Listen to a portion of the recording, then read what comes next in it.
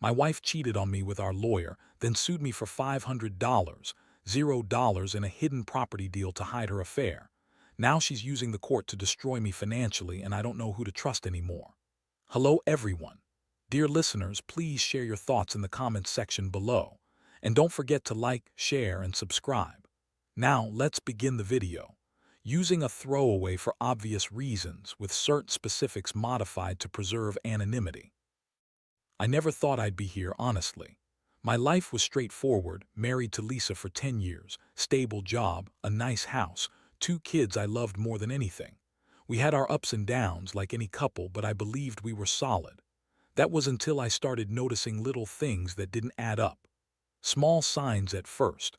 Her phone ringing at odd hours, her being more secretive about her texts, and her suddenly wanting to spend more time out with her friends.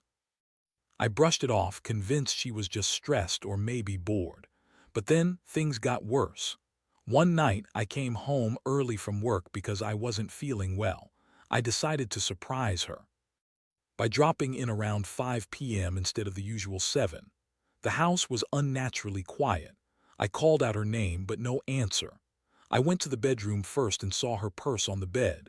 Something caught my eye, a receipt from a hotel downtown, dated that very afternoon. My stomach clenched. I looked around her purse and found her phone. I knew I shouldn't have, but I looked.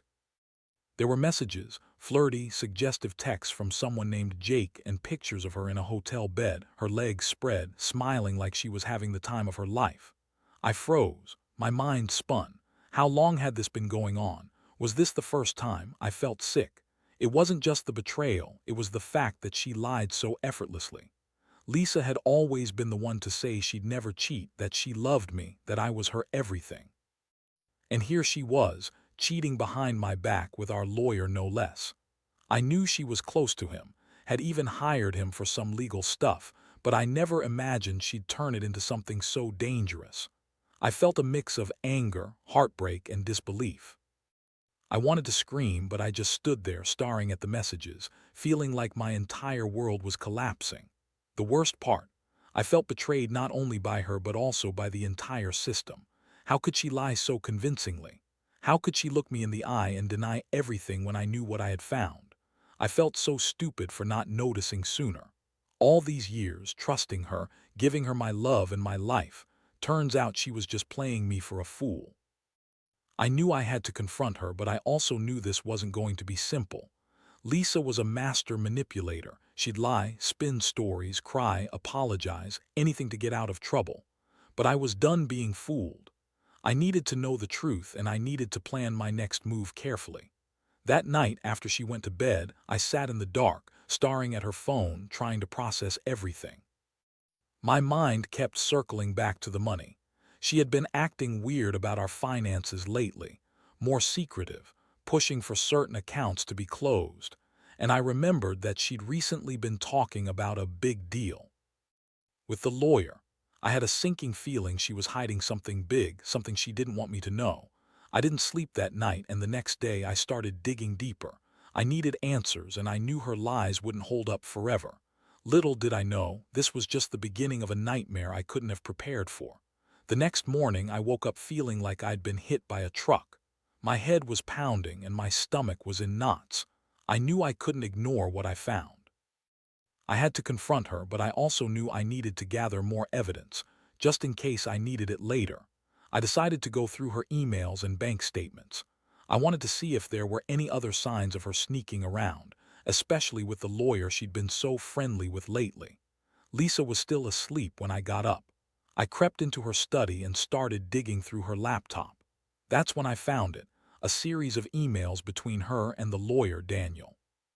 They weren't just casual. They were loaded with innuendos, plans to meet, and references to covering their tracks. There was also talk about a deal she was working on, something about hiding assets and protecting her interests, whatever that meant.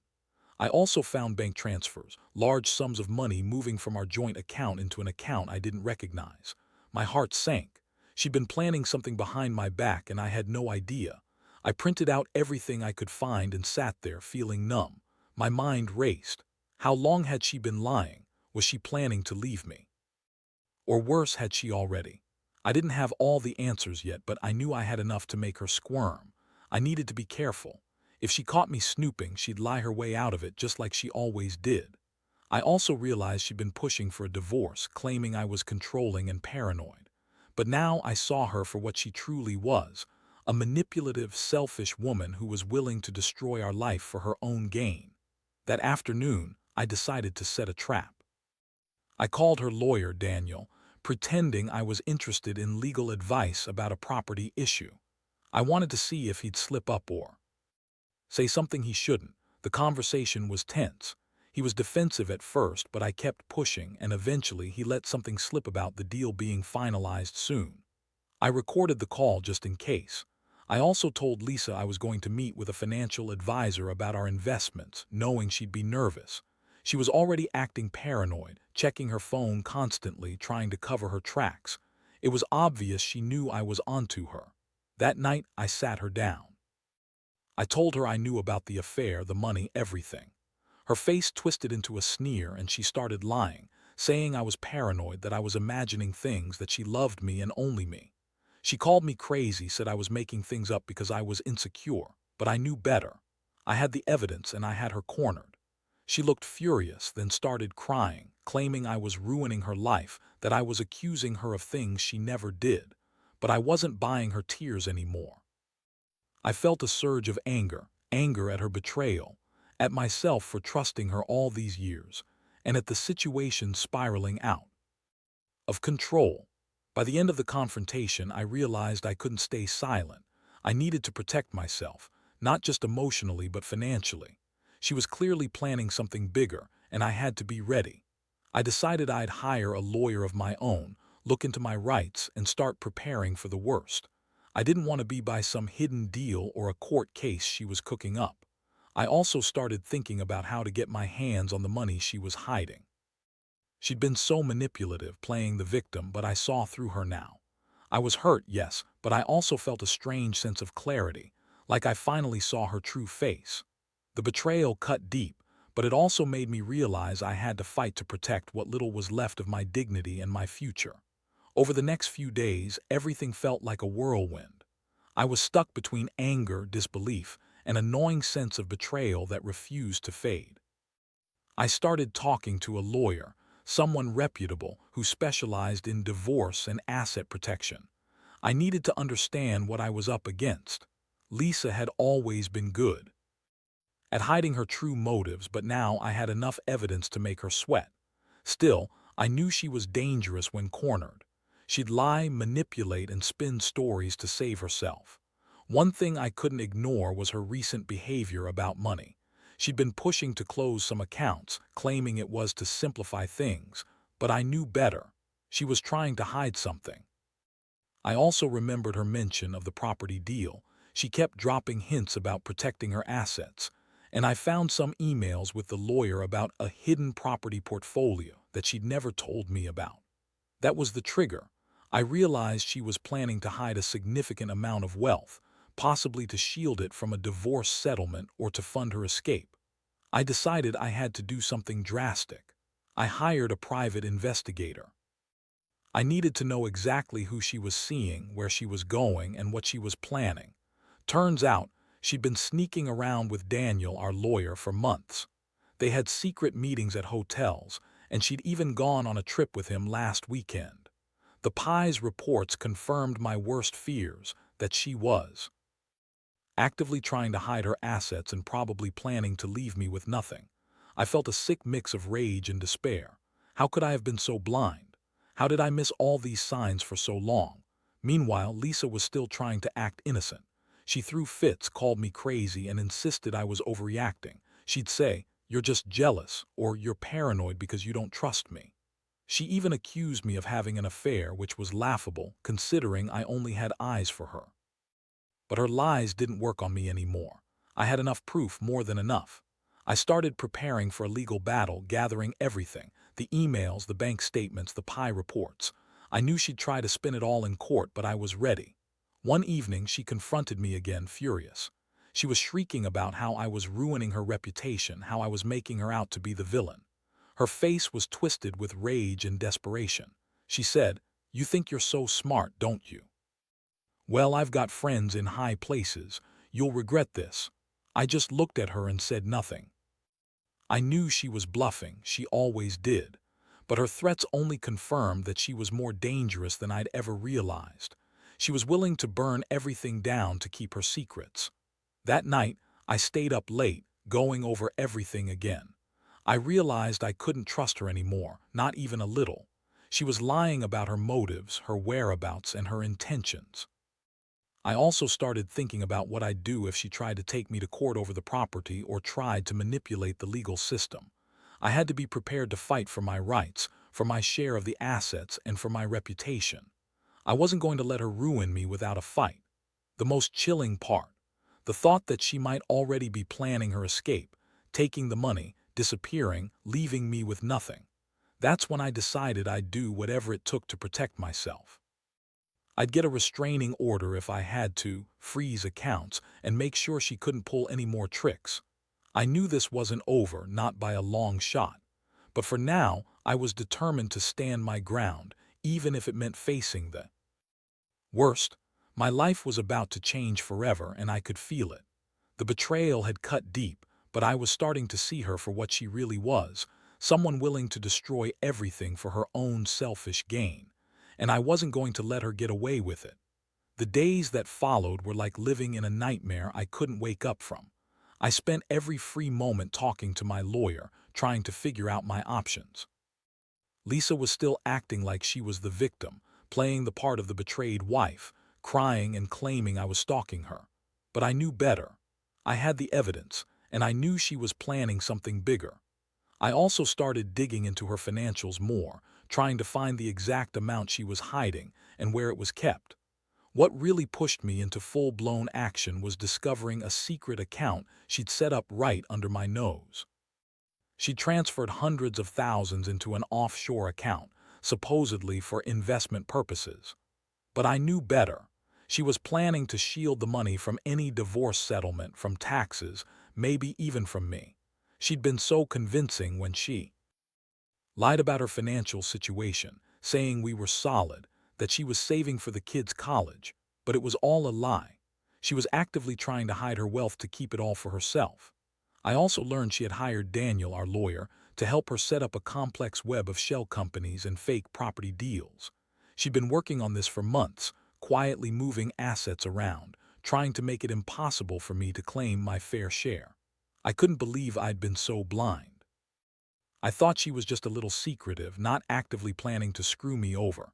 It was a blow to my ego and my trust, both completely shattered. One night I caught her sneaking her phone out of the bedroom. I was already suspicious, so I followed her. She slipped out quietly, heading to the garage where she met with someone I couldn't see. I stayed hidden, listening as she whispered into her phone, "Everything is going smoothly. He's clueless. We just need to keep him distracted until I get the money out of the country." My stomach twisted. She was actively planning her escape, and I was just a pawn in her game. That was the moment I realized I had to do something drastic. I couldn't just sit back and watch her destroy me financially. I contacted a forensic accountant and a private investigator to dig into her financials even more. I also started drafting a plan to freeze her assets, expose her lies, and take control of what was rightfully mine. I knew she'd fight me tooth and nail, probably try to manipulate the court, spin stories about how I was abusive or controlling. But I had enough dirt on her now to turn the tables. Meanwhile, she kept up her act, crying, accusing me of everything under the sun, claiming I was paranoid, jealous, and crazy.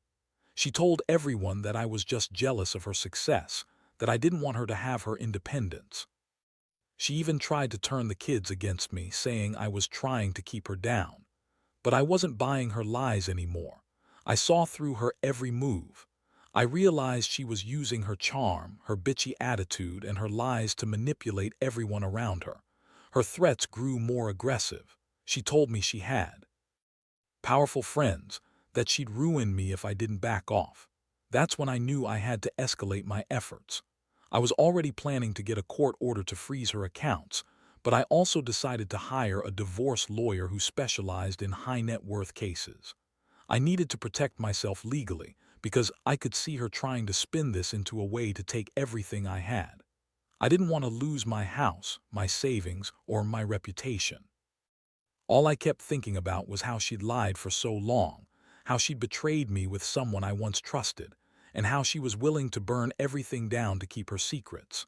My trust was gone, replaced by a cold determination to fight for what was mine. I knew she'd never stop trying to manipulate me or the courts, but I was prepared for the fight. I just didn't realize how far she was willing to go, how much she'd lie, cheat, and scheme to get her way. This wasn't just about the affair anymore. It was about survival. I was in a war I couldn't have imagined starting, and I knew I had to be ready for whatever came next. The courtroom battles started sooner than I expected. I thought I had everything lined up, evidence of her affair, proof of the hidden accounts, the emails, the pie reports. But Lisa was a master at manipulation. She spun stories about how I was abusive, controlling, jealous, anything to paint me as the villain. Her lawyer, Daniel, played along, twisting everything to make her look innocent. It was like watching a game of chess, and I was losing pieces one by one. I knew I had to fight fire with fire. I hired my own legal team and we filed for an emergency injunction to freeze her assets. I also subpoenaed her bank accounts and the shell companies she'd set up. When the court hearing came, Lisa sat there with her bitchy smirk, trying to act like the victim.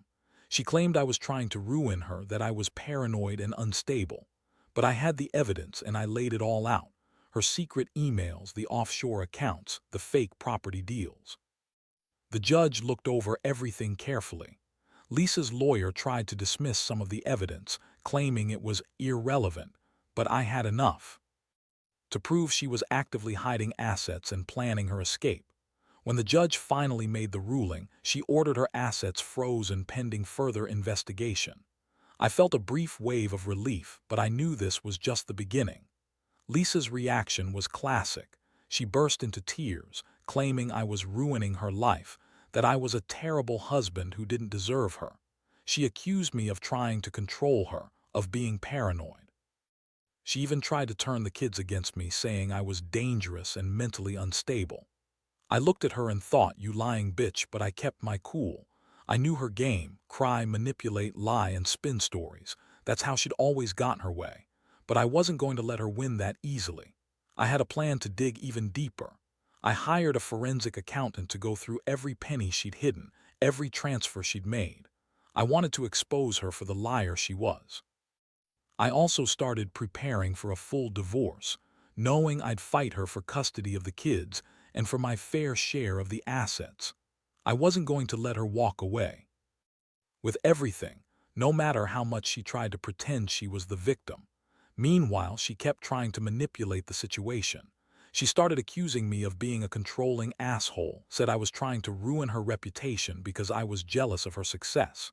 She'd scream at me, call me names, and threaten to ruin me in court. I could see her desperation. She knew her lies were unraveling and she was trying everything to hold her world together. But I'd seen enough.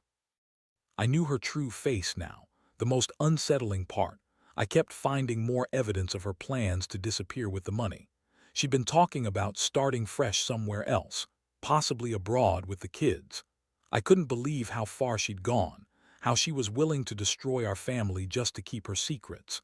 It made me realize how deep the betrayal ran. I'd trusted her for so long, and she had been lying to my face the entire time. All the while she was scheming, plotting her escape, and trying to make me look like the bad guy. At this point, I was exhausted emotionally and physically, but I knew I had to keep fighting. I couldn't let her get away with this. I had to protect myself, my kids, and what was left of my dignity. I started documenting everything, every lie, every manipulation, every hidden dollar. I also reached out to some friends and family I trusted just to have support. I didn't want to go through this alone. In my gut, I knew this war wasn't over.